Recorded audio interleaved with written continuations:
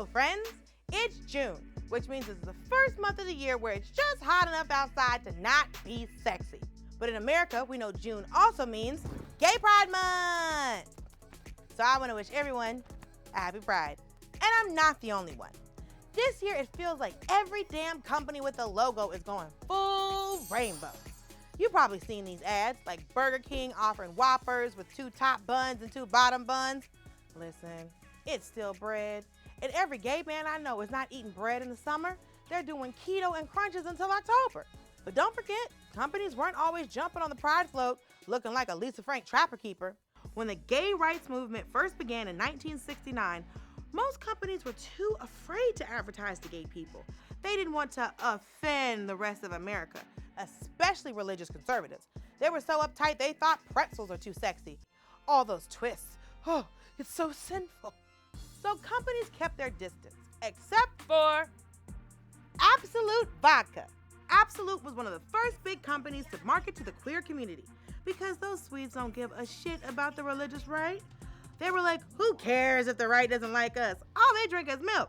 So thanks to Absolute for being a true ally.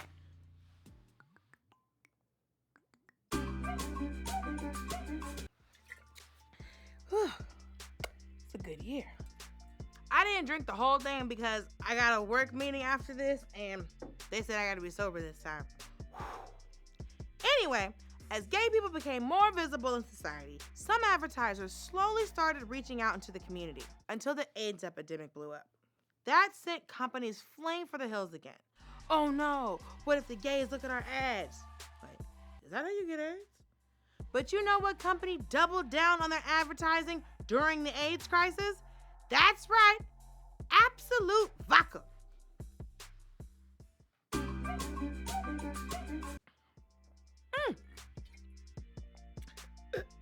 The second half got a kick. Damn, all right. Where was I? Right, by the 1990s, the queer community had once again fought its way into greater acceptance. So brands once again tried to dip their toes into the pool party, but they were still too nervous to jump all the way in. So American advertising entered a phase now known as gay vague, which sounds a lot like being in a fraternity. Basically, it was companies hinting at possible homosexuality. Like this Volkswagen ad where 2 dudes are driving in a car and then pick up this dirty ass chair off the sidewalk. So the ad leaves it open to interpretation. Are they roommates? Are they lovers? Are they roommate lovers? Because that's the worst kind of hookup. You gotta wait for them to text you back and finish up in the bathroom. Now, a few times during this era, a brand tried to make an outright gay ad, like Benetton and IKEA. And the ad completely won over the religious right, and they apologized for everything.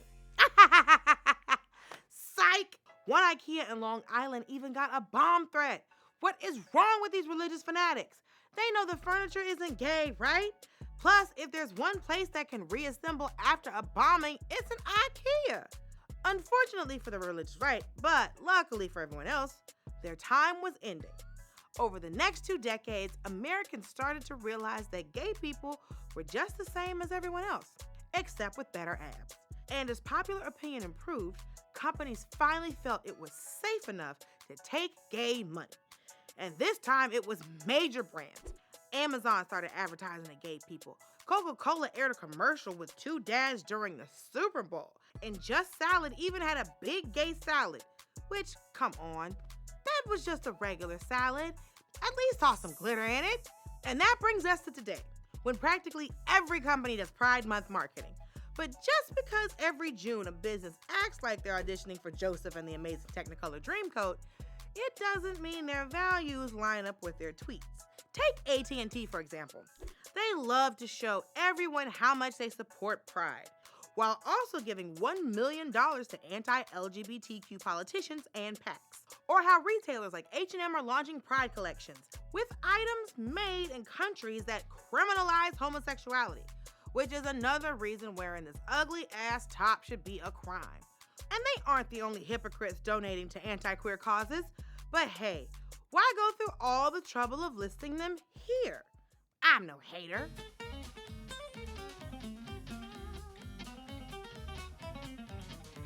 Oh, and that one too. Okay. Are we done?